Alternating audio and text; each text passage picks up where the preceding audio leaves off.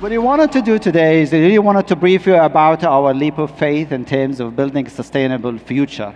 But before we do that, I would like to ask the audience with us today about one key question. What can you do in 30 days? And I want you to think about it. Maybe if you want to kind of put some notes into it, we'll be happy to do so. What about a year? What can you really accomplish in 1 year? What about 1,000 days? What can you accomplish in that period of time? So we'll share with you our side of the story and what we have done in 1,000 days, which is the construction and design and development of King Abdullah University of Science and Technology. What you see in front of you is an aerial view using satellites over time lapse in order to show the progress on building that kind of institution. And it was a dream to build a university that is leading in terms of science and technology and research at the shores of the Red Sea. And at the same time, we wanted to hit the ground running by, after inauguration, we wanted to kick off with academic curriculum, recruiting top-tier faculty members, and hiring or getting students on board from all over the globe. In addition to the infrastructure and the landscape and all the activities that we really wanted to do to get an academic year started. That has been really an accomplished task in a very challenging way for the founding team. And of course, over the past 10 years, KAUST has managed to build a leading-edge institution in science and technology that is really kind of great in terms of the impact that it's creating. And we're really proud to say that we're kind of leading on that kind of front in science and technology. KAUST really focuses on 4 key research thrusts that is focused around water, food, energy, and environment. And recently, our president added 2 additional research thrusts. One is digital, that is focused around AI, machine learning, and cybersecurity. And we hired like world-renowned faculty members leading those kind of initiatives. At the same time, health tech has been introduced as a key area that is focused on computational bioscience and leveraging the bioscience and engineering division we do have at KAUST. And we're proudly to mention that in almost a decade, we managed to be ranked #1 in terms of citation per faculty member. This is just an important KPI for us to measure the impact and the quality of the research outcomes that are coming out from the research labs and the remarkable faculty members who are really keen not only to publish in high-ranking journals, but more importantly, to take their research and put it into use. And we'll share with you 3 stories that is addressing real global challenges that we're trying to tackle in KAUST.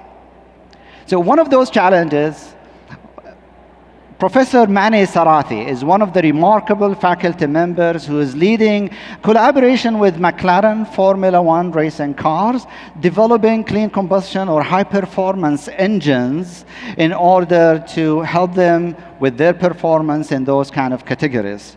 This is, of course, foundation that would eventually cascade to the day-to-day use vehicles that we use today, and this is how we push the frontier of technologies moving forward.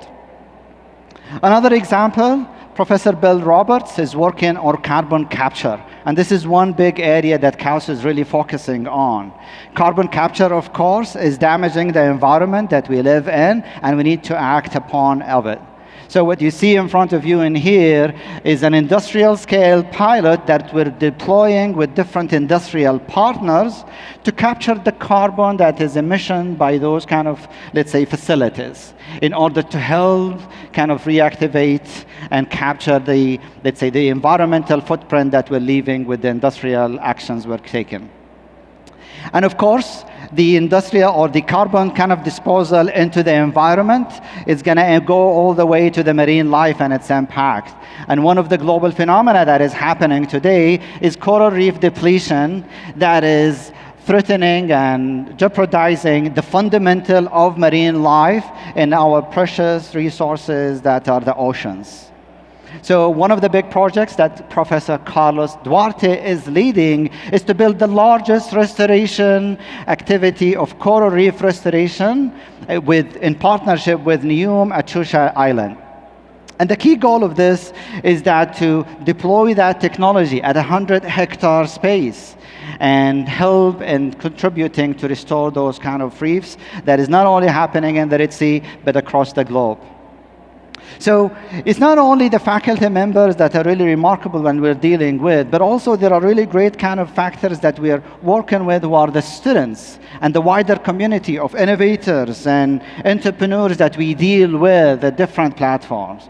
Our president usually says, entrepreneurship is the new math. It's a fundamental knowledge that we need to equip the youth with in order to take those opportunities and make a change wherever they go, whether in corporate career path or whether in academic endeavor or a non-profit organization or academic endeavor or building their own new venture. So this is really essential and close to our heart, and it's embedded into the DNA of the university. So, and we plant the seed too early with the students to complement their technical knowledge with the entrepreneurial know-how and mindset, so they can go out there and make a change wherever they go. So we provide them with a really wide array of offering as elective courses across the year to invest into those kind of activities as they move forward into the market. And of course, we wanted to really share this with others, and we really wanted to share the curriculum that we have developed over the past 2 years with the wider community across the region. So basically, what we have been working on over the past 2 years is developing a digital version of the interactive course that we run into the class into a very dynamic and engaging environment in the digital space. We know that we were embarking on a very challenging task, and we're competing with the massive digital content that is out there. So I really wanted to make it as interactive and entertaining as possible. And what you see in front of you is a trailer for the course featuring the instructors across the different modules that they're leading, that is really helping the innovators to complement and get the fundamental knowledge around entrepreneurship and innovation and deploy it wherever they are. And here is what happened. We were targeting 10,000 learners to join us, and we were really positively overwhelmed with more than 71 learners from across the region that are really subscribed to the course. This is the first online course in Arabic language that was published on edX. It was off the charts on edX platform in terms of the engagement completion rate. We had 43% female participation that we're really happy with. 55% of the participants, they were in the age groups between 24 to 40, and they were professionals in different environments and in different kind of sectors within the country. 80% of the participants, they were from Saudi Arabia, and that was the initial launch that we placed in July 4th, 2021. But the rest of the percentages were coming out from 78 countries across the globe. We were really positively overwhelmed with the feedback and the consumption that we created out of the different areas. 41 organizations across the country that they were really engaged into it. And last week, we have just launched our second run, and we're really looking forward to expand this around the MENA region, explore it even further for the wider audience. So the pandemic was not easy on a lot of different industries, and we realized that. But what happened in 2020 and over the past 18 months, it was really prime time for entrepreneurship and innovation. And we believed in the impact and also the opportunity that was there. And what we've seen, remarkable founders who really stood up to the challenge, and they saw those cracks happening in different industries, and they just responded to it to capture those opportunities. And those are prime time for entrepreneurial activities. This is what the recent history is telling us in 2007 and 2008, where we have seen new economies been formed out of the financial credit crunch. And even the extended history showing a lot of, let's say, evidence of a growth into entrepreneurial activities during those kind of precious times or pressure times that are happening on a global scale. So what we have done, we doubled down in terms of the investment we're taking, on the intake that we're taking in our programs. تقدم is our flagship program as an accelerator that industry connected and mentor led over a period of 6 months. And we really grown into that area. We really wanted to maximize the reach, and we opened to international founders where we can soft land them into the country. It's been a great engagement with the different players, and we are really keen and excited to see the results that are going to come out of it. And actually, our showcase for the upcoming cohort is coming on March 9th and 10th, and we will be happy to have you join us, whether virtually or in person. We'll be happy to get that in there. Here is the kind of the QR code if you wanted to join and sign up and subscribe for it. So you will see the pipeline that is coming out of the deep tech environment and the startup, the amazing and remarkable founders that we're dealing with. There is a lot of stories we would love to share with you, but I'm sure we have limited time here with you on stage. So what I really wanted to do, we really wanted to share 2 key stories for remarkable entrepreneurs who they were really persistent in terms of their engagement and pushing the envelope to make a difference in this globe. So the first one is Red Sea Farms. This is Mark Tester. He's a professor in plant science at the university, and he got amazing research into that space. So they established Red Sea Farms, which is basically they developed a sustainable solution for greenhouses to maintain the temperature within those greenhouses using salt water. Yes, it's salt water, you heard it right. It's not only that, they use it even for irrigation. So what they've done, they've developed like a real sustainable system that they are scaling up now at KAUST, and they already expanded here in Riyadh, and they can retrofit existing greenhouses to use the technology into the current players into the market. And what's happening today is that they're supplying the Riyadh market with 5 tons of cherry tomato to the local market every week. And now they already expanded in UAE, and they had a great deal with Salal. And also recently they announced their expansion into the US, in Arizona State namely, where they wanted to expand into those markets, and they raised capital from those markets where we can import the technology and deploy it elsewhere. Who would imagine in 10 years you would be kind of harvesting high quality premium cherry tomatoes from the shores of the Red Sea?